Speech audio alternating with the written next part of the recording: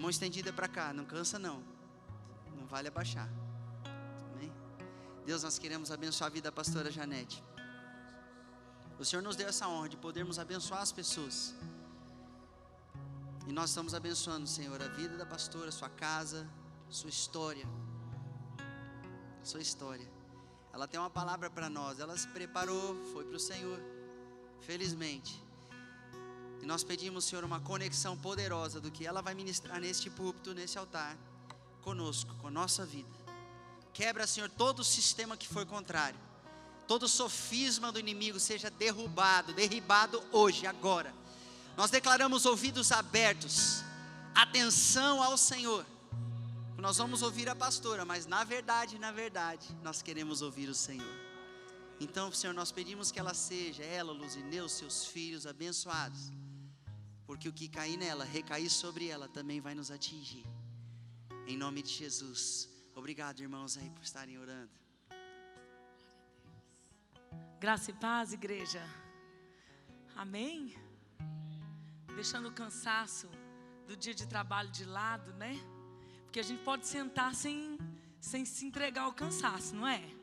A gente pode sentar e falar, olha, minha mente vai estar ligada naquilo que o Senhor tem. Porque eu sei que a quarta-feira é um dia que para todo mundo tem sua rotina. E glória a Deus porque você está aqui.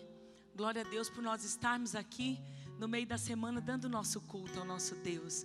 Dizendo, a despeito de tudo que eu vivenciei hoje, mas eu vim aqui te dizer que eu te amo e te oferecer o meu culto.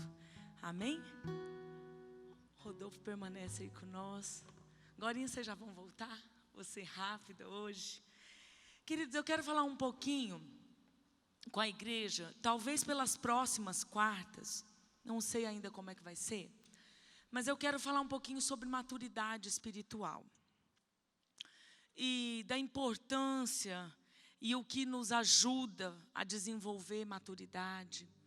Tendo em vista que a maturidade, ela é a chave para qualquer um de nós tocar aquilo que o reino tem para nós. Nós cantamos aqui, deixa o céu descer, que o teu reino vem. E o reino vem, e quando ele vem com um propósito, porque o Pai tem um propósito para cada um de nós antes da fundação do mundo. Os nossos dias foram escritos, há um plano, há um projeto, a gente ouve tanto disso. Mas muitos, às vezes, têm uma caminhada frustrada, ou de um determinado tempo em diante se frustra, por olhar e dizer, Senhor, parece que eu sinto que não está completo, parece que tem uma insatisfação interna, uma insatisfação crônica, talvez até, no nosso coração, dizendo, não sei, mas parece que eu não me encontrei, não completei. Tem pessoas bem realizadas nas suas posições de trabalho, às vezes não na família, outros são realizados na família, mas não no ministério. E às vezes a gente olha para nós e fala, eu sinto que eu não cheguei lá. Eu sinto que ainda eu não alcancei aquilo que o Senhor tem para a minha vida. E eu quero falar um pouquinho sobre a maturidade nesse sentido, dela nos conduzir para esse lugar onde a gente tem essa herança que vem junto com o reino. Ou seja, onde tem o cumprimento do propósito plenamente, mesmo com aflições, mesmo com lutas, mas com aquela sensação de que eu estou passando por cada etapa, mas eu estou exatamente no propósito. Eu estou dentro do propósito. E a maturidade, então, nesse aspecto, nesse sentido, ela é chave para que a gente possa um dia olhar para os arredores, para as áreas da nossa vida, seja o casamento, seja os relacionamentos com os filhos, seja o ministério, seja o que eu fui chamado para fazer e dizer, poxa, que sensação de que eu estou cumprindo isso. Que sensação de que eu estou nesse tempo da minha vida alinhado com isso. Então, a maturidade vem ser essa chave. No contexto de Hebreus 5, até o início do capítulo 6, eu não vou ler porque aqui não é ainda a mensagem que eu vou desenvolver, mas lá você conhece um texto bem conhecido, e o escritor de Hebreus, lá no versículo 11, ele vai falar assim, olha, eu tenho coisas tão difíceis de explicar, eu tenho coisas de difícil interpretação, mas eu não posso falar. porque enquanto vocês eram para estar já comendo um alimento sólido, vocês ainda estão bebendo leite de novo. Eu teria coisas mais profundas para falar, para ministrar. Ou seja, ele queria dizer para aquele povo, já era para estar lá na frente, né? Eu não estou dizendo que Deus está dizendo isso para você, mas eu estou contextualizando o que Hebreus 5 e 6 diz.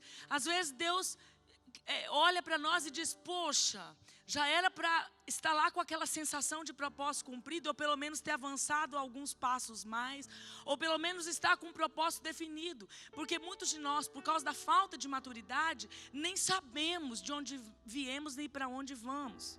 Às vezes estamos até um pouco perdidos em relação ao nosso chamado. Às vezes para alguns de nós, se a gente pergunta o que você foi chamado para fazer na terra, o que você nasceu, qual o propósito que você nasceu, a gente às vezes pega algumas coisas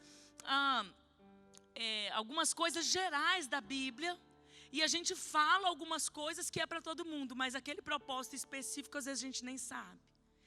E o escritor aos Hebreus está dizendo isso, vocês estão lentos para entender, vocês estão lentos para ouvir. Eu queria falar coisas, mas coisas de maior dificuldade até de explicação, de explicar, mas não está dando para entender. Querido, se tem uma coisa que Deus espera de nós, é que a maturidade chega. E a maturidade, ela nos prepara para ouvir o propósito. A maturidade, ela nos prepara para ouvir as grandes revelações. A maturidade, ela nos prepara para Deus falar coisas que nos desafiam. E nós vamos estar preparados para ouvir e entender essas coisas. No capítulo 6 de Hebreus, o verso 1, então ele finaliza esse contexto dizendo, olha, vamos deixar os rudimentos da doutrina de Cristo um pouco de lado e vamos prosseguir para a maturidade. Em outra versão, vamos prosseguir à perfeição. Essa palavra perfeição, no original aqui nesse versículo, está falando sobre a maturidade. Vamos prosseguir para um tempo em que a gente sai desse lugar de ser meninos e estão prontos. Eu olho lá para o contexto dos discípulos com Jesus. E Jesus já tendo enxergado há muito tempo o seu propósito, sabendo que ele veio para ser remidor, sabendo que ele veio para ser o Messias, mas ele não podia contar. Ele não podia falar porque não estava no tempo. E passou-se. Um dia ele chamou os discípulos e eles foram para Cesareia de Filipe, fizeram grande jornada de onde eles estavam, em Cafarnaum, até chegar ali em Cesareia. E quando chegou ali, então Jesus foi começar a explicar coisas difíceis de entender, de difícil interpretação, como o escritor de Hebreus está falando aqui, também no capítulo 5. Jesus foi começar a falar coisas difíceis, que era uma grande revelação de que ele era o Messias. Mas junto com aquela grande revelação, Jesus tinha que revelar a morte na cruz, o propósito. E ele queria que eles entendessem, porque era difícil de aceitar a morte na cruz, diante de tudo que eles estavam vivendo no ministério. Então eles estavam vivendo milagres, cura, multidão o seguindo, estava muito confortável para os discípulos, multiplicação dos pães. Claro que tinha desafios, tinham aflições, mas eles viviam milagre, eles viam cura, eles tocavam o sobrenatural, agora expulsavam demônios, coisas que antes não faziam. Então eles estavam sim vivendo um tempo aparentemente pleno. Mas aí, Jesus queria falar algo que ia além, de difícil interpretação. Mas até aquele momento, mesmo já tendo mais de 3 anos junto com Jesus, os discípulos não estavam prontos. E se a gente for ver, lá em Mateus, quando a gente vê ali Jesus levando eles para Cesareia de Filipe, a gente vê Jesus chamando eles e dizendo, olha, eu vou para a cruz, eu vou morrer. Primeiro Jesus revela, pergunta para Pedro e para os outros discípulos quem ele é. E Pedro fala quem ele é por uma revelação do Pai. E Jesus diz, Pedro, não foi carne nem sangue quem te revelou, foi meu Pai. Agora eu também vos digo. Então Jesus também dá uma revelação, tu és Pedro. Sobre essa informação, sobre essa revelação, eu vou fundar a minha igreja. E aí Pedro se maravilha, porque ter as chaves do reino, ter autoridade na terra, né? Ligar e será ligado, desligar e será desligado, até aí muito bem. Mas quando Jesus fala assim, olha, agora nós vamos descer para Jerusalém, porque eu preciso ir morrer. Aí, queridos, Pedro manifestou essa falta de maturidade para entender o propósito. Então eram coisas difíceis de explicar. Assim como o escritor de Hebreus está dizendo assim, eu tinha coisas difíceis para falar. Eu tinha coisas mais profundas, mas vocês não estão prontos. E aí Pedro não estava pronto. E quando Jesus fala da cruz, então Pedro aceitou bem a revelação da igreja, Pedro aceitou bem a revelação do ministério, o poder, a autoridade, né? As portas do inferno não prevalecerão contra a igreja. Mas quando Jesus falou, vou morrer, eu preciso ir para lá, para que se cumpra um propósito. Então Pedro falou assim, tem dó de ti, tem compaixão de ti, Senhor. E aí Jesus disse, para trás de mim, Satanás. Jesus repreendeu Pedro dessa maneira, porque Pedro nessa hora, por uma questão de imaturidade, deu lugar para algo que não estava alinhado com o propósito de Deus. E tudo na nossa vida que não está alinhado com o propósito de Deus, vai ter o dedo do inimigo. Tudo que não está alinhado com o propósito de Deus tem uma inflamação, tem um sopro, tem um a mais do inimigo querendo nos soprar. Por quê? Porque quanto mais a gente caminha para perto do propósito, mais o reino se estabelece e as coisas se cumprem na nossa vida. Então Pedro não estava pronto, assim como os outros discípulos ainda não estavam prontos.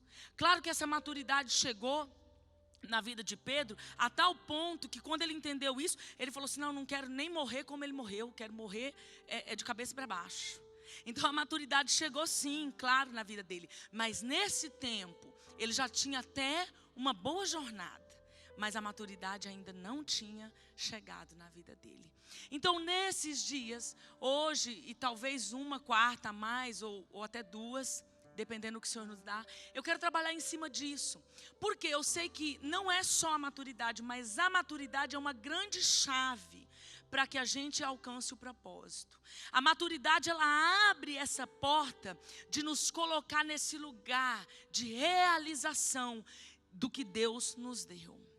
Então, pastora, como é que a gente vai chegar nesse lugar? Por que amadurecer? Amadurecer dói, amadurecer dá trabalho, amadurecer custa.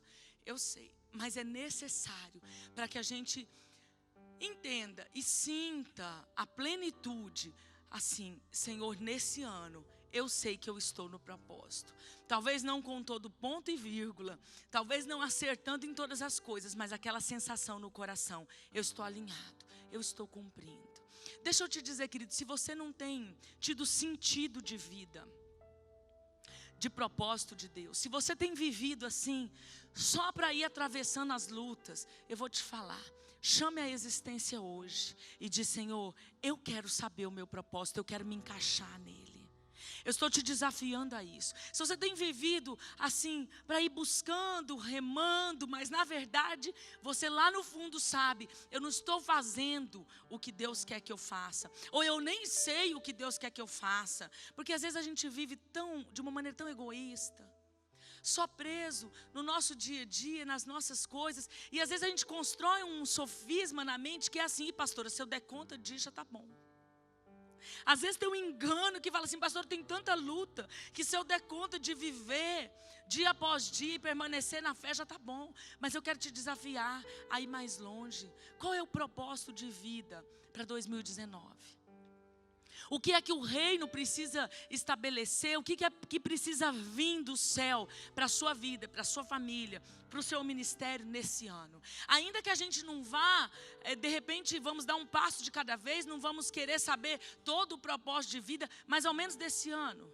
Qual é aquele lugar que lá no final do ano você vai estar com o coração cheio de uma paz que excede todo entendimento, dizendo assim, eu estou cumprindo o propósito. Então, para isso, uma das chaves principais é a maturidade. E dentro desse caminho, buscando a maturidade, visando alcançar a maturidade, hoje eu quero falar de um primeiro ponto desse assunto com a igreja, que é o amor à correção. Queridos, muitas coisas vão contribuir para que a gente amadureça. Muitas coisas vão nos levar a uma maturidade, várias características, vários princípios de Deus, vários sinais, vários traços de caráter e até de temperamento vão nos fazer amadurecer. Mas eu quero destacar, em primeiro lugar, para falar de maturidade, o amor à correção. O primeiro sinal, talvez o primeiro sinal, que demonstra, que expressa maturidade na vida de uma pessoa, é a maneira com que ela lida com a correção.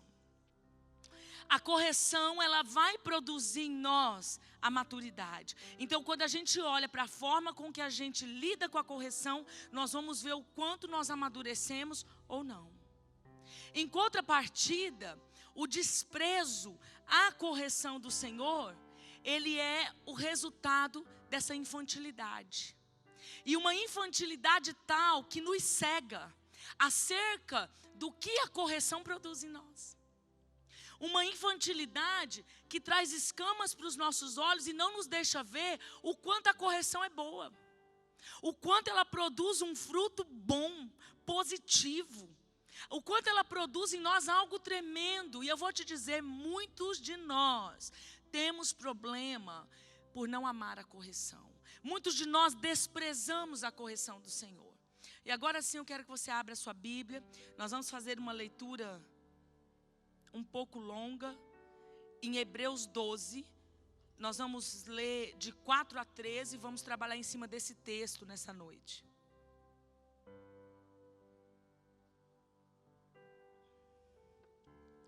A versão que eu vou ler aqui talvez será um pouco diferente da sua, mas essa é a versão Strong, que está mais próxima das palavras originais, mas eu estou aqui com uma outra versão também, que a gente usa sempre.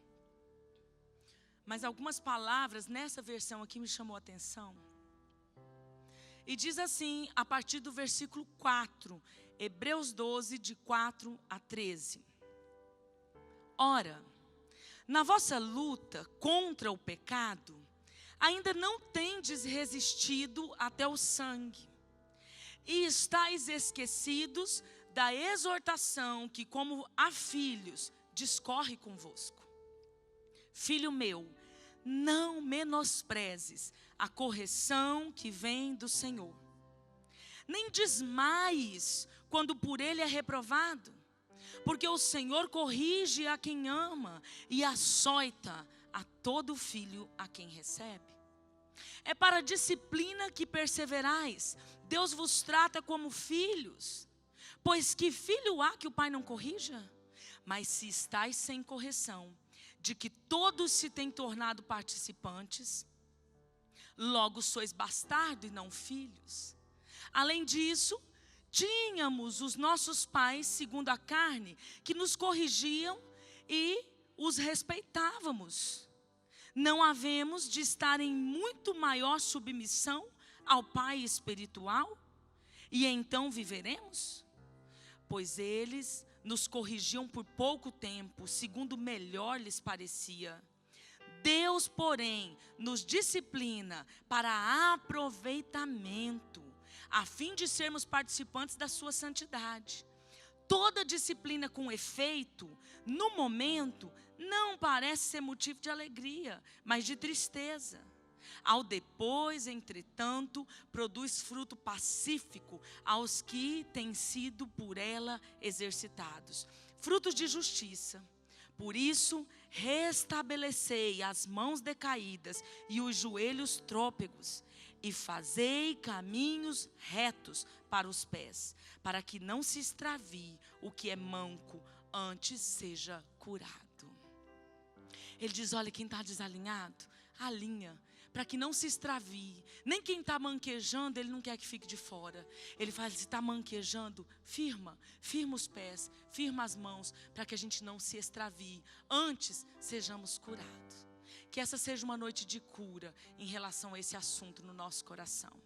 Que essa seja uma noite do Senhor produzir esse fruto tamanho de justiça em nós, que nos leva a um lugar de maturidade, que nos leva a um lugar de maturidade no reino, na nossa igreja local, na nossa família ou onde a gente congrega. Em nome de Jesus.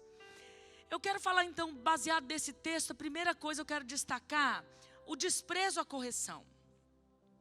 Desprezar a correção do Senhor é um efeito colateral do bastardo. Daquele que não aceita a paternidade de Deus, daquele que não aceita o cajado do céu, daquele que não se coloca debaixo de alguém que criou todas as coisas, que fez céus e terras e toda a sua criação. Desprezar essa correção nos coloca num lugar de roubo da herança, porque ele diz assim, que aí nós não vamos nos colocar como filhos e antes como bastardo, mas o bastardo não entra nesse lugar da herança, por isso que às vezes a gente não se apropria daquilo que Deus tem para nós. Às vezes a gente sabe das nossas promessas, Deus já falou pela palavra, falou em sonho, em visão, usou profeta, e as coisas vão passando e não chegam. A gente não se vê, ou a gente começa um propósito e não consegue terminar. Aqui está um grande motivo que não nos deixa amadurecer: desprezar a correção do Senhor. E consequentemente, sem maturidade, eu não pego a herança do reino. Sem maturidade, eu não cumpro o propósito do reino. Esta vai ser uma arma, né? Desprezar a correção, atacar as pessoas para que elas desprezem a correção, plantar sofismas errados sobre a correção, vai ser uma arma triunfante do espírito de orfandade, que quer nos tirar da herança.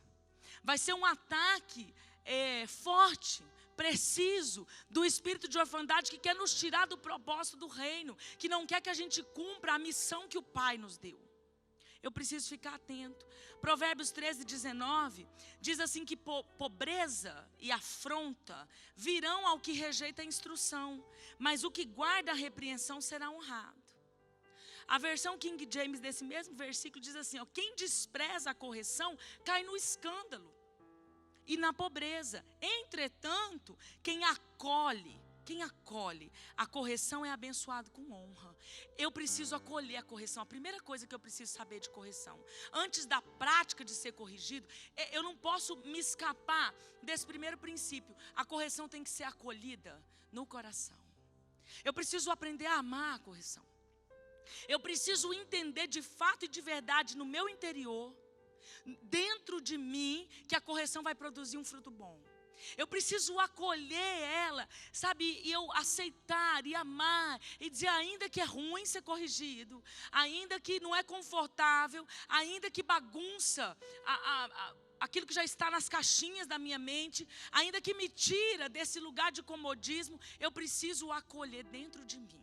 Aí sim, eu vou viver um tempo de honra no meu propósito. Eu vou viver um tempo onde o Senhor vai me abençoar com honra, como diz esse texto. Menosprezar a correção do Senhor vai me levar a um caminho de afronta e escândalo. É o que eu vou encontrar.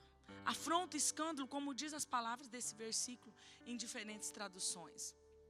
Outra coisa que, baseado nesse texto que nós lemos, eu preciso saber sobre a correção, baseado em Hebreus 12, é que o desânimo não pode acontecer mediante a correção.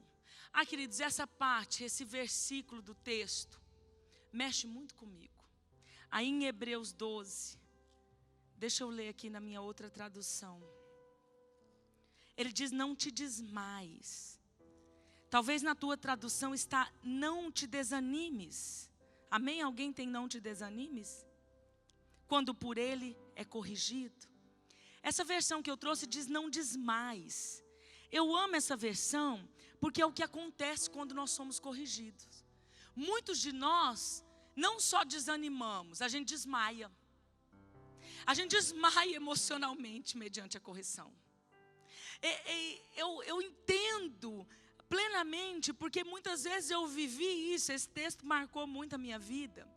E quando nós não aprendemos a amar a correção do Senhor, esse coração imaturo, esse coração que não tem consistência, preparo emocional, esse coração que ainda é órfão, porque não aprendeu se encaixar no amor do Pai, confiar no amor do Pai, confiar que a correção vem pelo Pai, esse coração desmaia mediante a correção. Eu me lembro uma vez, logo que eu me converti, e eu tive uma lição, eu nunca vou esquecer dentro desse contexto. Eu me converti no mês de outubro. E a minha conversão, eu já contei meu testemunho algumas vezes. Quantos aqui já ouviram meu testemunho de conversão? Meu Deus! Ninguém estava nos cultos que eu contei, que ninguém ouviu. 2, 3, 4. Então eu vou resumir, senão vocês não vão entender. Eu pensei que todo mundo ia levantar a mão, já ia pular essa parte. Mas assim, eu me converti em um processo, eu e Deus. Eu assim, foi um caso meio diferente. Eu fui para a igreja já assim, com uma aliança com Cristo. Não vou dizer que eu fui crente, né? Porque eu fui lá toda desconcertada. Mas eu fui com uma aliança com Cristo. Porque eu recebi um e-mail. E esse e-mail falava sobre o julgamento de Apocalipse, mais especificamente dava uma ênfase sobre o número 666. E aquele texto mexeu comigo, aquele versículo mexeu comigo. A minha irmã mais velha se converteu primeiro. E ela tentava me converter, mas se ela falasse comigo de crente, a briga era grande. Então, ela falou assim: olha, Janete, mana, quando eu mandei aquele e-mail, eu falei: ó, Senhor, agora é minha das últimas tentativas, porque eu já dei livre, ela rasga, ela joga fora. Ela é impossível, ela não me escuta, ela não deixa eu falar, ela me engole. E a minha irmã falava assim, muito timidamente. Nossa, claro que eu engoli ela, né? Porque toda a vida assim eu fui, né, forte na fala e plá, plá, plá, muito faladeira. Então, um versículo que ela citava, eu quase engolia ela. Queridos, com 12 anos de idade, eu era professora de catequese, para você ter uma noção do atrevimento da pessoa. Auxiliar, professora dos pequenos, mas eu era. Esse dia eu fui numa festa de uma tia minha de 80 anos. Estava lá todo o povo daquela idade. Aí eu encontrei uma vizinha, falou assim: Janete, eu tenho aquela foto quando você era professora da turma de catequese lá na minha casa. Nós já tinha PG naquela época. E aí, minha irmã vinha falar comigo, eu não aceitava. Eu tinha muita convicção de algumas coisas da minha fé, então eu dei um pouco de trabalho. Aí ela me mandou esse e-mail, ela falou: ó, senhor, não tem conversa, eu vou fazer essa tentativa. Vai que cola, né? Mas meio sem esperança. Eu não era uma pessoa provável a se converter. Meu sogro achava uma obra impossível. Ele achava mais impossível o cego ver, o surdo ouvir, né? Uma pessoa na cadeira de rodas andar, do que eu me converter. Mas eu li aquele e-mail, o negócio mexeu comigo. E eu, a partir daquele dia, minhas noites não eram mais noites, porque eu comecei a estudar o Apocalipse. Só que eu não tinha experiência nenhuma com o Apocalipse. E aí, gente, a figura do Apocalipse parece que de noite vinha me pegar. Assim, eles vinham me assustar. E aí eu acordava, eu não dormia, então, por não dormir, que eu estudava à noite, meu olho ficava vermelho. Aí eu acordava, cutucava o Luzineu, né, quando eu ficava com medo. Aí ele olhava e me via com o olho vermelho, ele assustava. Achava de certo que eu era a figura do Apocalipse assustando ele. E o negócio, gente, era tenso. E eu passei muitos dias nessa aflição. E nessa aflição, buscando por respostas, naqueles textos difíceis de entender do Apocalipse. Então eu ia no padre, aí eu também não estava mais encontrando resposta, comecei a procurar um pastor. E assim, me falaram, né, uma conhecida minha da família falou: vamos procurar o pastor, porque eu também não tenho resposta, as perguntas suas são muito difíceis. E eu procurava o pastor, tirava minhas dúvidas, mas ia para casa. Eu levava a minha Bíblia, que eu tinha medo dele me enganar. Falava: não, eu tenho que ler na minha Bíblia, porque vai que a do senhor tem alguma distorção. Então eu lia na minha, ele lia na dele. Eu era cheia de dúvidas, tinha um medo. Mas, gente, Deus colocou um pastor bom de Bíblia na minha vida. Ele sabia tudo na cabeça. Aí eu ficava apaixonada. Eu falava: gente, eu preciso aprender a Bíblia assim, para mim abrir a boca e falar. Gravar tudo. Ele gravava tudo na cabeça. Ele tinha todos os versículos, ele ia recitando. Então não tinha como ter dúvida. E nisso eu entrei num conflito interno. Comecei a entrar num conflito interno. Até parei de ir no pastor. Um dia nós brigamos. A gente teve um desacordo, porque ele falou uma situação lá que envolvia o Papa, e nós brigamos. Eu tinha levado uns pastelzinhos para ele, saí de lá brava, quase que eu tomei os pastel. E falei: olha, eu fiquei um tempo sem ir lá, né? Coloquei o pastor na geladeira, mas continuei meus estudos. E aí, gente, eu vivi um conflito. No meio desse conflito, eu fui me resolvendo. E chegou um dia que eu pedi para Deus discernimento da salvação. E aí Deus falou comigo. E aí eu falei: mas eu não posso ficar aqui onde eu estou. Eu tenho uma vida inteira nessa fé, nessa maneira. Eu posso arrumar o que for preciso, mas eu quero ficar aqui. E o Senhor me deu um discernimento que não tinha mais como. Que ali era chegado o fim, o tempo, tinha passado. E nesse conflito ainda demorou mais uns 15 dias. Deus trabalhando comigo, Deus trabalhando. Um dia o Espírito Santo entrou no meu quarto. Eu já estava há 3 horas chorando, na rua chorando, eu não tinha explicação, as lágrimas não saíam, não paravam de cair. E eu cheguei no meu quarto, parece que ia me dar um negócio assim. Não sei se era uma sensação parecida com alguém que vai infartar ou que vai apertando o coração, mas parecia que eu ia morrer. E o Espírito Santo tomou o meu quarto naquele dia, encheu da presença. Naquele dia eu caí diante de Deus. Eu adorei, disse: chega, eu não consigo mais lutar contra o inevitável. E eu te aceito como Senhor e Salvador da minha vida. Naquele dia eu fiz uma aliança, debaixo da presença do Senhor. Eu me lembrei de um corinho que eu cantei numa EBF, numa escola bíblica de férias, quando eu tinha uns 7 anos de idade. E o Espírito Santo, eu creio, me lembrou aquele corinho, e ali eu fiz uma aliança com Jesus. Então essa foi minha história, para que você entenda o meu desmaio mediante a correção. Então eu fui para a igreja, e aí passei na casa do pastor, eu ia viajar, e ele já falou: peraí minha filha, e foi lá dentro pegar a Bíblia. Antes dele voltar, eu falei: não precisa não, pastor, eu já sabia que ele ia buscar a Bíblia, porque toda vez ele fazia isso. Ele só me recebia com a Bíblia na mão, ele já estava tão traumatizado, coitado. Aí eu falava: não, pastor, eu passei aqui só para te dar uma notícia. Tinha muitos dias que eu não ia lá, porque a gente tinha brigado, né? Então eu estava sumida de lá. Aí eu falei: eu passei aqui só para te dar uma notícia. Aí contei para ele, falei: eu sou crente, pastor. Aceitei Jesus, viu? Vim te avisar. E eu estou fazendo uma viagem, e quando eu voltar, eu vou para a igreja. Ai, o pastor começou a chorar no portão. Falou: eu posso te dar a paz do Senhor, minha filha? Eu falei: mas claro, pastor, agora pode. E assim eu comecei a minha caminhada dentro da igreja local. Então o desfecho disso foi no mês de outubro, quando eu fiz minha aliança com Jesus. E debaixo de todo esse processo, que foi intenso, eu e o Senhor, eu falei para o Senhor: antes que o ano vire, eu vou descer as águas. Antes que chegue 1º de janeiro, eu vou batizar. E aconteceu que eu fui displicente ao meu voto. Eu fiz um voto com o Senhor. Eu fui displicente, o final do ano foi muito tumultuado, eu deixei passar. E quando entrou o início do ano, quando entrou logo 1º de janeiro, eu comecei a sentir um desconforto muito grande. Eu senti um peso, eu senti uma tristeza interior. E um dia orando, eu falei assim: Deus, fala comigo. Né? Assim, naquele início de fé, onde a gente às vezes não tem ainda muito discernimento da voz de Deus, nem no coração, nem no ouvido. E eu falei: fala na palavra, mas ser claro comigo. E pedi um texto para o Senhor. E eu abri, e o Senhor encheu meu coração, falando comigo em Jeremias 2:21. E o versículo diz assim: olha: eu mesmo te plantei como vide excelente, uma semente inteiramente fiel. Como, pois, te tornaste para mim uma planta degenerada, como vide estranha? Ah, queridos, eu estava apaixonada, né? Eu estava assim no love com o Senhor. E aí, aquele desconforto, quando eu abri o texto, eu entendi muito bem, que até uma criança entender, que o Senhor estava decepcionado, porque eu não tinha cumprido o voto. Eu falei que antes de virar janeiro, eu desceria as águas. E eu não desci. E aí o Senhor veio dizer nesse sentido: eu mesmo fui aí, eu mesmo plantei uma vide excelente em você. Você de repente se tornou uma árvore estranha para mim. Ah, queridos, eu desmaiei.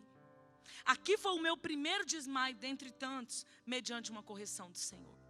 Eu não soube lidar com a correção. Eu desmontei, eu desanimei, a minha alma desfaleceu. Qualquer palavra que você queira usar nesse sentido. Eu corri para a casa do pastor. Eu corri para a casa dele e falei: pastor, aconteceu assim, e agora eu estou muito triste e eu não queria aceitar. Por que Deus falou assim comigo? Queridos, a orfandade veio à tona assim. Quando eu tinha certeza que Deus tinha falado comigo em Jeremias 2:21, a orfandade explodiu para fora. E eu falei: como é que Deus vai falar assim comigo? Como é que Deus vai me dar um texto desse? Eu amo o Senhor, né? Faltava eu falar assim: eu estou novinha na fé, porque a vitimização vem para fora, né, naquele momento. Eu desmaiei mediante essa correção. E o pastor riu, falou: vamos falar para Deus falar com a gente de novo? E aí justamente Deus trouxe esse texto em Hebreus. Ele abriu a Bíblia, né? Ele tinha esse costume de falar dá uma palavra, Senhor. Ele abriu exatamente aqui e falou, essa é a palavra para você. Depois ele leu. Quando ele leu, ele começou a rir, porque tinha saído nesse texto. Não desmais quando por mim é corrigido. Ali foi minha primeira correção. O coração imaturo, o coração inclinado à orfandade, o coração que não entendeu como amar a correção, desmaia quando Deus corrige. Deixa eu te dizer, não desanimes, nem desmaia, nem desmonta quando Deus te corrigir. Olha para a correção e enxerga o que ela vai produzir em você. Encare a correção, encare, por mais difícil que seja o texto, a palavra, o louvor, a mensagem do profeta, o sonho, por mais difícil que seja, encare de frente e diz, Senhor, pode corrigir.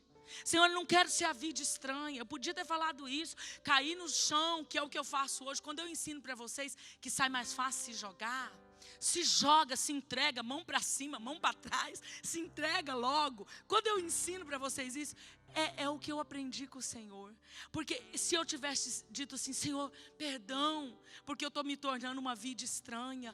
Será que o Senhor pode me perdoar, ó Rei da Glória? Eu vou imediatamente descer as águas e marcar meu batismo. Não, eu desmaiei. Porque emocionalmente eu não tinha estrutura. Porque a imaturidade era latente, porque a orfandade ainda aprisionava a minha alma, porque a orfandade ainda me fazia resistir, me fazia ficar cega em relação ao que a correção ia produzir em mim. Deus só queria que eu alinhasse. Ele só queria que eu, me dar uma prensazinha e falar, investi em você tudo esses dias aqui, você com suas manhas, com seu cheio de pergunta, eu investi aqui e agora você faz uma dessa? Ele só queria me posicionar. E queria que eu arrumasse. Não desmaias. Não desmaies quando por ele é repreendido. Se você tem esse sintoma e você percebe que você tem dificuldade com a correção, você não entendeu o que ela produz em você. E se você desmaia quando é por ele corrigido, hoje você vai sair daqui maduro nisso. Você vai sair daqui mais pronto nisso. Você vai sair daqui por dentro dizendo, não, Senhor, eu a partir de hoje vou aceitar a correção. Eu vou enfrentar a correção por mais dura que ela seja. A correção, outra coisa que eu preciso saber dela, baseado nesse texto, ela faz parte do amor de Deus. Ela é parte intrínseca, ela é parte que não se pode tirar do coração amoroso de Deus. O amor de Deus, ele não visa um crescimento qualquer. Ele não visa um crescimento fast food. Ele não visa algo desesperado, não. Ele visa algo que frutifica. Ele visa algo que nos prepara. Ele visa algo que nos firma e é permanente. Por isso que ele nos corrige. Porque ele tem uma visão, ele tem um entendimento, ele tem um alvo que ele quer alcançar com essa correção. A correção de Deus, ela é proveitosa. Esse texto diz que ela é proveitosa. Esse texto diz que os nossos pais, eles nos corrigiram por um pouco de tempo, como bem lhes pareceu. Mas Deus não é assim. Deus não corrige só um pouco de tempo enquanto eu estou debaixo da tutela dos meus pais. Deus me corrige por quanto tempo for preciso, com um bem proveitoso. Nossos pais é aos olhos como lhe parece bem, mas Deus não. Deus tem um propósito de nos firmar na rocha, de nos amadurecer de verdade, nos aprovar e nos ver cumprir o propósito de filhos aqui. Ele tem um propósito na correção. Eu não posso desprezar, eu preciso amar. Ela é proveitosa. Queridos, esse texto também que nós lemos nos ensina que no início a correção não gera alegria. Claro que não gera. Eu, nesse dia que eu contei para vocês, não fiquei nada feliz. Eu foi desesperada. Foi ruim demais experimentar aquele sentimento de reprovação de Deus. Porque o coração órfão é assim que ele se sente. Quando Deus aperta ele, quando Deus corrige ele, ele se sente reprovado. Isso dói, isso machuca. Por quê? A gente ainda não tem a maturidade suficiente para entender o que ela está produzindo. Então, no começo, ela não vai gerar alegria. É o que o texto diz, de Hebreus, onde nós lemos. Mas ela está produzindo um fruto de justiça, que leva a viver a vontade perfeita e agradável de Deus. Quando eu estou sendo corrigido, eu preciso pensar no que ela está produzindo em mim. Por isso que não se aceita a correção se antes eu não for afirmado no amor de Deus. Só os filhos que entendem o amor do pai aprendem a amar a correção. Porque eles vão entender que fruto ela está produzindo. O que ela está construindo. Não a fast food. Queridos, eu vou te dizer. Eu te contei algo do início da minha conversão. Mas de cara, não foi à toa que Deus, a primeira coisa que quis trabalhar comigo foi isso. Porque para eu viver o ministério que eu vivo hoje, para eu cumprir no tempo determinado por Deus, porque Deus me chamou muito rápido, para Ele me aprontar para o tempo determinado pelo Pai, eu precisei me dobrar à correção. Eu precisei me humilhar. Eu precisei me deixar ser tratada. E eu precisei entender que até quando era ruim, mas eu estava pensando o que isso ia produzir. O que isso estava fazendo em mim. Então Deus começou a lixa na minha vida já por aí. Eu preciso vivenciar a dor para crescer. O fruto de justiça que esse texto de Hebreus falou em nós, não vai ser à custa das coisas que são confortáveis para você. Esse fruto de justiça que está sendo forjado, que está nascendo em você, ele vai ser à custa de esforço. A custa de você vivenciar sim a dor, mas amadurecer com esse momento e dizer assim, não pai, eu estou aqui, me ensina. Eu não saio antes do tempo, eu não saio do teu propósito. Peraí, eu quero entender, eu quero passar, eu quero aceitar sim os processos que o Senhor tem para mim. E para isso, queridos, eu vou te dizer, precisa amar a palavra da justiça. Queridos, ame a correção. Eu sei que a gente ama a promessa, a gente ama o profético, a gente ama a bênção liberada. Quando a gente prega uma palavra de bênção, é unânime. A gente ouve o glória a Deus, o aleluia. E eu não estou dizendo que você tem que dar glória a Deus e aleluia diante da palavra da justiça, porque eu sei que não é a melhor para se ouvir. Mas pelo menos aqui no nosso interior, ainda que eu não me manifeste, no meu interior eu tenho que amar. Eu tenho que dizer, Senhor, eu vou amar a palavra da justiça, porque Ele é amor e Ele é justiça. Às vezes a gente pensa que quando Ele está ensinando para nós a correção, nos corrigindo com a justiça, Ele não nos ama. Isso é o coração órfão. Isso é o coração que não entendeu a paternidade de Deus. Porque uma coisa está ligada com a outra, amor e justiça. Nós precisamos ir a esse lugar. Quando você vem para a fé, para a fé em Cristo, você vem pelo amor, na maioria das vezes. Porque o evangelismo prega o amor. A isca do ministério evangelístico é falar do amor. De que Deus vai resolver. Está com um problema no casamento, tem alguém bom de evangelismo, ele vai falar, vamos para a igreja, vamos para Jesus. Claro, isso é a vara. É a isca para pegar o peixe. E vai ter que pescar mesmo com amor. Agora, nós não podemos chegar e continuar só nessa palavra. Que Ele é bom, que Ele resolve o meu problema. Eu preciso amar a palavra da correção. Eu preciso amar a palavra da justiça. Porque é ela que vai equilibrar e me amadurecer. Porque passou os rudimentos. Passou o tempo da conversão. Agora Deus tem mais. Deus tem as nações. Deus tem a família. Deus tem aqueles que Ele quer gerar no teu ventre. Deus tem aqueles que Ele quer cuidar. Deus tem ministério. Seja infantil, seja qualquer outro engajamento. Deus tem propósito lá na faculdade. Deus tem propósito no trabalho. Deus está carregado de propósito. Cada um precisa encontrar o seu. E para isso nós temos que amar. E falar, não Senhor, eu quero sim ser corrigido. Eu quero amar a palavra da justiça sim. Porque eu quero estar pronta. Eu quero estar maduro. Eu quero sim desenvolver. Eu quero sim chegar naquele dia de prestar conta e ouvir servo bom e fiel. Porque a gente vê tanto esse texto e acha que é assim. Mas muitos de nós, queridos, vamos alcançar a salvação como lambido que pelo fogo. E vai chegar sem nada. Não vai sobrar nada. Não vai ter nada para apresentar. Mas que o Senhor gere nessa noite em nós o desejo de estar prontos e aperfeiçoados para viver a vontade dEle. Que Deus gere em nós o desejo de ser valente e corajoso para receber toda a correção que for preciso, para que eu entregue naquele dia aquilo que Ele escreveu acerca de mim e de você no Salmo 139.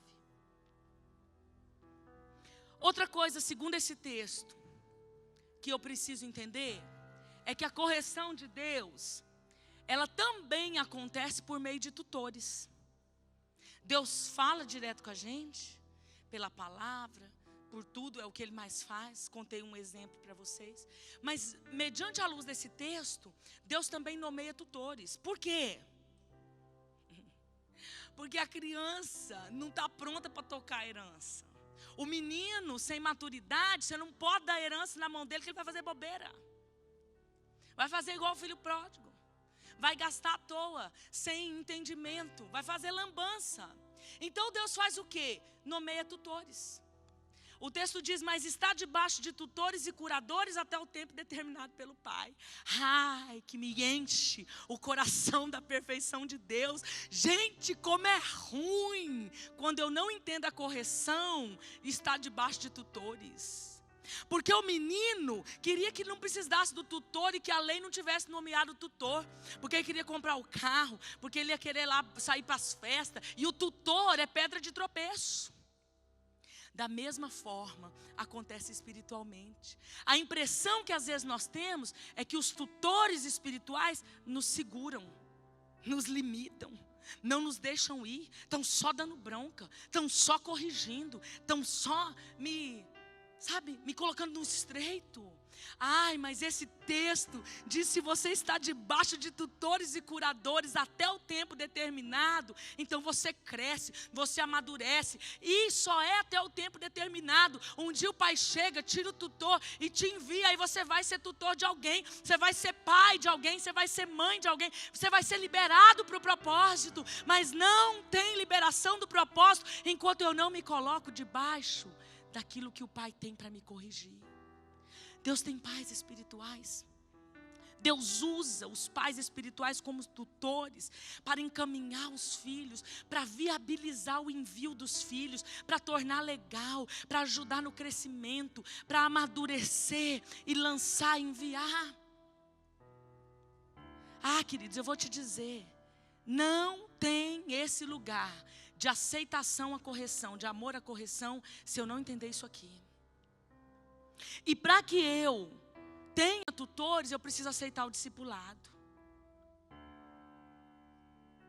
É mediante a permanência no discipulado que uma pessoa se torna discípulo de Jesus. Quando você vai lá para João 8, 30, 32, você conhece o texto, mas se você quiser abrir não tem problema, eu vou ler. João 8, 30, 32. Dizendo ele estas coisas, muitos creram nele. Jesus dizia, pois, aos judeus que criam nele: se vós permanecerdes na minha palavra, verdadeiramente serão meus discípulos, e conhecereis a verdade vos libertará. Ele dizia uma verdade para muitos, para uma multidão. Lá no verso 20 você vê que ele estava pregando na sinagoga nesse contexto aqui. Muitos creram nele, muitos não são todos, nem todos creram. Mas mesmo depois que teve uma separação, aqueles que creram, ele disse, se você permanecer, aí sim você vai ser meu discípulo. E aí para os discípulos, ele diz, e conhecereis a verdade vos libertará. Deus quer revelar coisas profundas. Esse texto me remete àquilo que eu falei de Pedro, aquilo que eu li em Hebreus 6 e 5. Ele quer nos dar coisas difíceis de explicar, coisas desafiadoras para cumprir, projetos interessantes, sobrenatural, responsabilidades maiores no reino e todos os nossos projetos, porque toda a nossa vida secular é cumprimento do reino também. Ele quer fazer isso. Mas nós precisamos entender esse lugar de discipulado. A criança precisa de tutores. A maturidade, até ela chegar, os tutores vão dar limites. É isso que pai faz. E Deus vai dar seus limites por meio dos tutores. Deus vai dar seus limites por meio das pessoas com quem você caminha. Deus vai amadurecer você, vai provar você, vai ensinar você por meio de pessoas. Tanto ele vai te corrigir, ele mesmo, mas também ele vai usar pessoas. E sabe quem não aceita essa correção por meio dos tutores? O órfão, porque o órfão não entendeu o que a correção produz. Ele não confia no amor do Pai. Ele não encontrou esse lugar do amor paterno de Deus que faz ele confiar. Não encontrou plenamente. Talvez encontrou parcialmente, mas não encontrou plenamente. Os tutores, queridos, têm o tempo determinado pelo Pai. Não é para a vida inteira.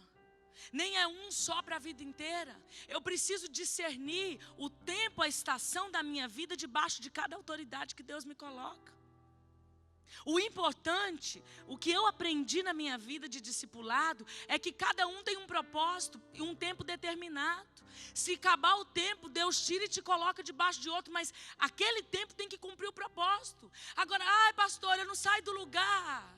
Você já olhou se você reprova e não sai do lugar?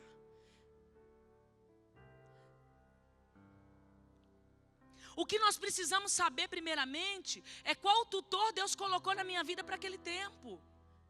Porque sabe, a orfandade carrega um sintoma da independência, que eu quero fazer como eu quero, como eu acho, como eu penso. Apertou o calo, eu mudo de lugar. Apertou, eu mudo de novo. Olha, eu vou te dizer, querido, se você veio para ato de justiça correndo dos seus tutores de outro lugar, aqui ele vai te pegar. Ele vai te pegar aqui, porque ele te ama. Se você correu da correção em outro lugar, não pense que aquele não vai te pegar, ele vai te pôr no estreito aqui. Em nome de Jesus, agora você vai passar.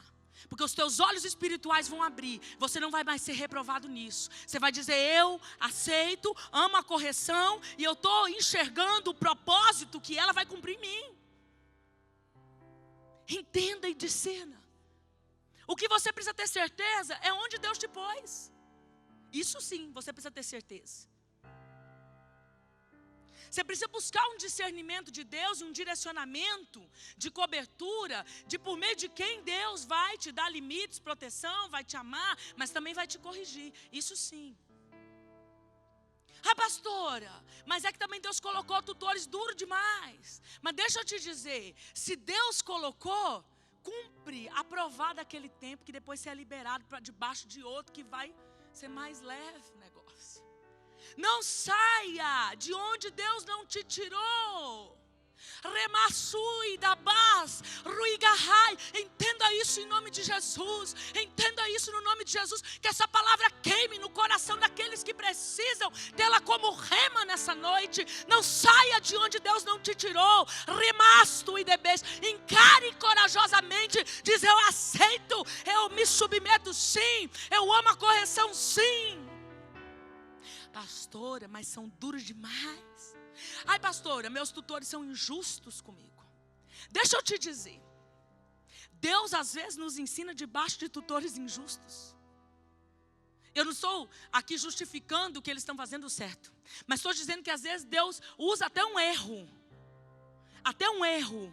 Deus usa a oportunidade para te lapidar. Se você enxergar, você cai dentro. Se você enxergar, você chora e geme, mas você fala, só saio aprovado. Só saio debaixo desse tutor aprovado. Só saio debaixo desse pai espiritual aprovado. Só saio desse projeto quando Deus dizer está liberado. Remasso de baçoi. Queime essa palavra no coração de alguns. Senhor, em nome de Jesus eu peço, faz dessa palavra como uma flecha com a ponta incandescente de fogo para queimar na alma e no íntimo e para mexer com aqueles que precisam ser mexidos nessa noite. Busque sim direção e discernimento de Deus. Pergunte onde é o meu lugar. Agora, queridos, não fica onde Deus não te mandou ficar. Não fica. Não fica onde Deus não te mandou ficar. Mas também não saia de onde Deus não te mandou sair. Não saia de onde Deus não te mandou sair. Seja aprovado. Se deixe ser disciplinado. Se deixe ser corrigido. Por tutores nomeados por Deus na sua vida. Um dia eu tive convicção. Às vezes alguns falam. Quando eu fui para tal lugar, ou para lugar A ou B, eu tinha convicção, Deus falou comigo. No primeiro aperto, querido, segundo, no máximo no terceiro, Deus não falou mais, eu me enganei. Aquele era do cão, não é de Deus não. Será? Será mesmo? Ou será que você não aguentou o arroxo? Ou será que o coração órfão gritou? Ou será que a alma desmaiou mediante a correção? E você quer sair antes do tempo? Tem outros que não saem, mas também paralisa, sabe? Tipo assim, também não faço nada. Não desenvolve, não anda. Fica igual criança birrenta, fazendo manha, fazendo graça. Também não ando. Queridos, nós precisamos andar. Nós precisamos avançar. Nós precisamos da colheita. Nós precisamos do cumprimento. Eu vou finalizar já. Eu vou finalizar te contando algo. Eu tive alguns tutores, não muitos. Cada um deles cumpriu o propósito daquela maneira. De um primeiro lugar, a minha igreja onde eu nasci na fé, eu saí porque Deus falou com meu esposo. E eu não queria ir. E até o meu próprio pastor, com sabedoria, falou: não tem jeito, você precisa seguir ele. Eu amava aquela igreja. Com todos os problemas que ela tinha, eu amava aquela igreja.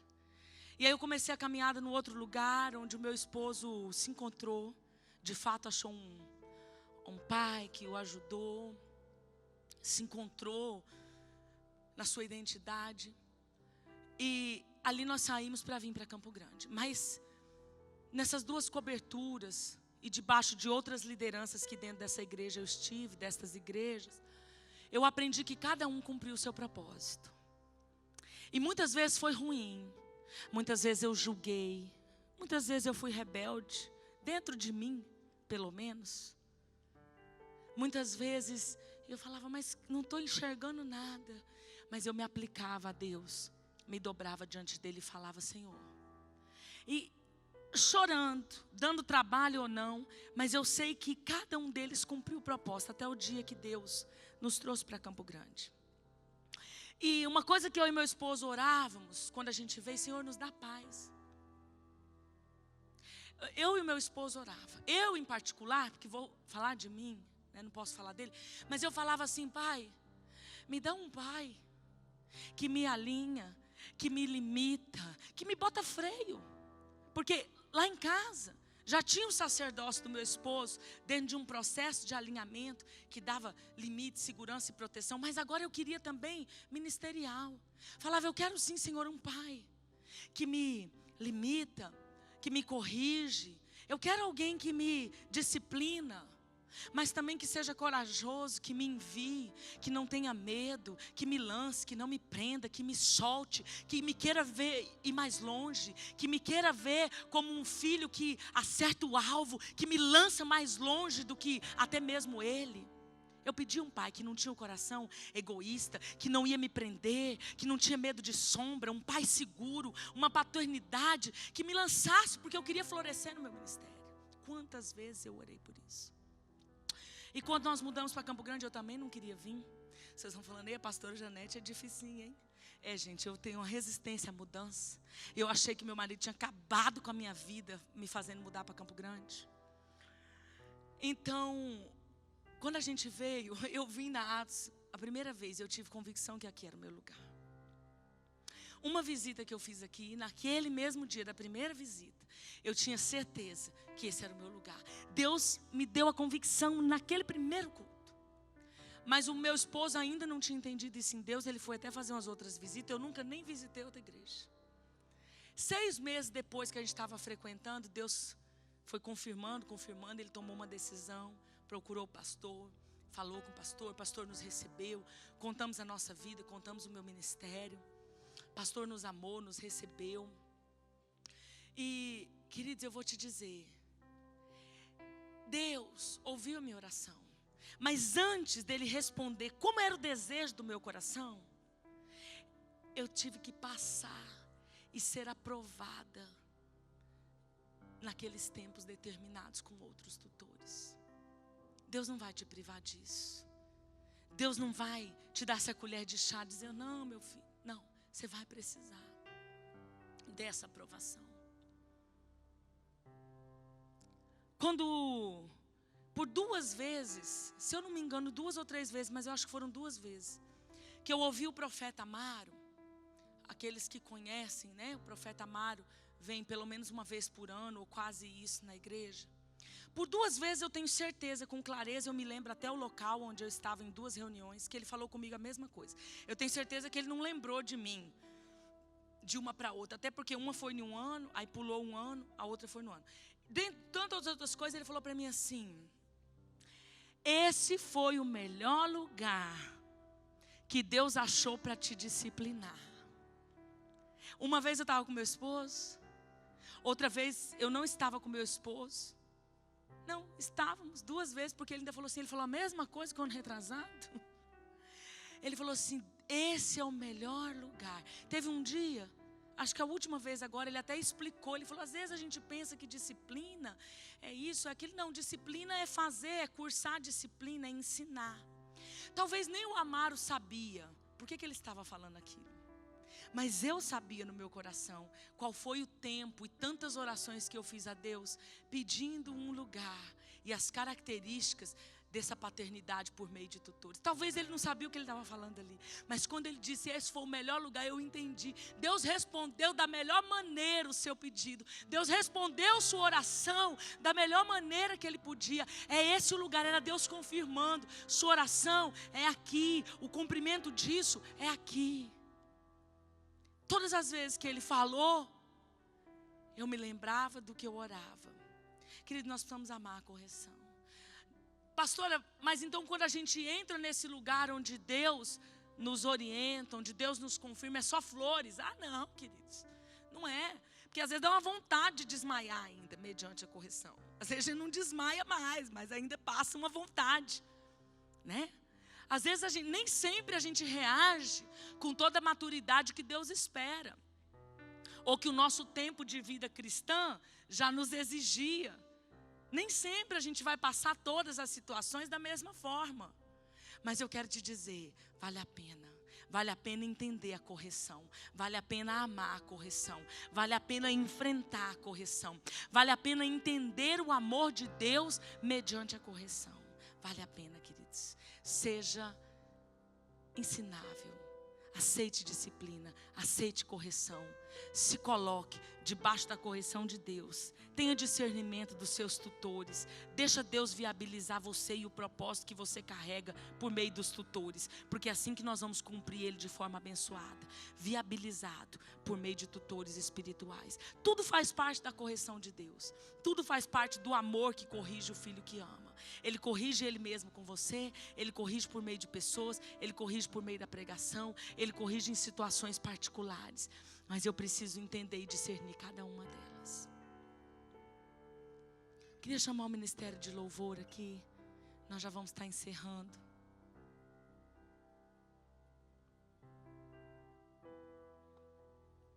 Enquanto eles vêm, eu quero te dizer que lá no final a Júlia está fazendo as inscrições do seminário Restaurando Sacerdócio. E está fazendo também o seminário de paternidade, que nós vamos começar amanhã, lá na igreja da pastora Dani, do pastor Arthur, no ministério, na comunidade Aba. Teremos um seminário só de paternidade, restauração da paternidade. E nós estamos ali no fundo também com essas inscrições. Eu quero te convidar a pensar um pouquinho nesse assunto. Uns minutinhos, nós já estamos mesmo de fato encerrando. Mas quero te dar aí pelo menos uns 2 minutos, debaixo de um louvor. Um dos louvores que foi cantado aqui, ministrado, estou voltando à essência da adoração. Você conhece a história desse músico, dessa banda, que pertencia a uma igreja e o pastor os corrigiu em um tempo. E as coisas, né, por vários motivos, chegaram a um ponto de não ter mais louvor com a música, pelo menos com a música deles. Ninguém mais cantava por um período. E o fruto da correção foi expressado de maneira poderosa nessa canção que toca os nossos corações. Quando ele voltou a cantar, né, quando o pastor liberou, quando saiu daquele tempo de correção, o Espírito Santo produziu isso nele. E ele conseguiu voltar à essência da adoração, porque encontrou um tempo de correção. Queridos, eu vou te dizer, se nós amarmos a correção, se nós compreendermos o que ela produz em nós, algo poderoso do amor de Deus nos sara. Então nessa noite eu quero que você pense um pouquinho no assunto, porque é uma noite de você sair daqui curado de todo o sentimento de orfandade que te afasta da correção, por toda raiz latente da orfandade, atadura da orfandade, que é uma separação do amor de Deus, que nos tira dessa compreensão de entender o que a correção faz. Se você é um também que, como eu, desmaiava diante da correção, eu quero dizer que está disponível cura nessa noite.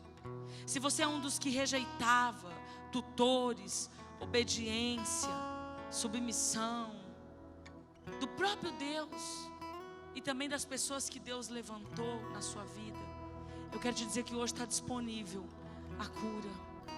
Está disponível a cura. O último versículo que eu li diz assim, em Hebreus 12, 13: por isso restabelecei as vossas mãos decaídas e os joelhos trôpegos, e fazei caminhos retos para os pés, para que não se extravie o que é manco, antes seja curado. Essa é uma noite de cura. Cura o nosso interior para a gente entrar debaixo de governo. Cura no nosso interior para a gente entrar embaixo de tutores. Cura em nosso interior para entrar debaixo de alinhamento de Deus e ver cumprido o propósito em nós. O jugo da rebelião hoje pode ser quebrado e só depende de mim e de você.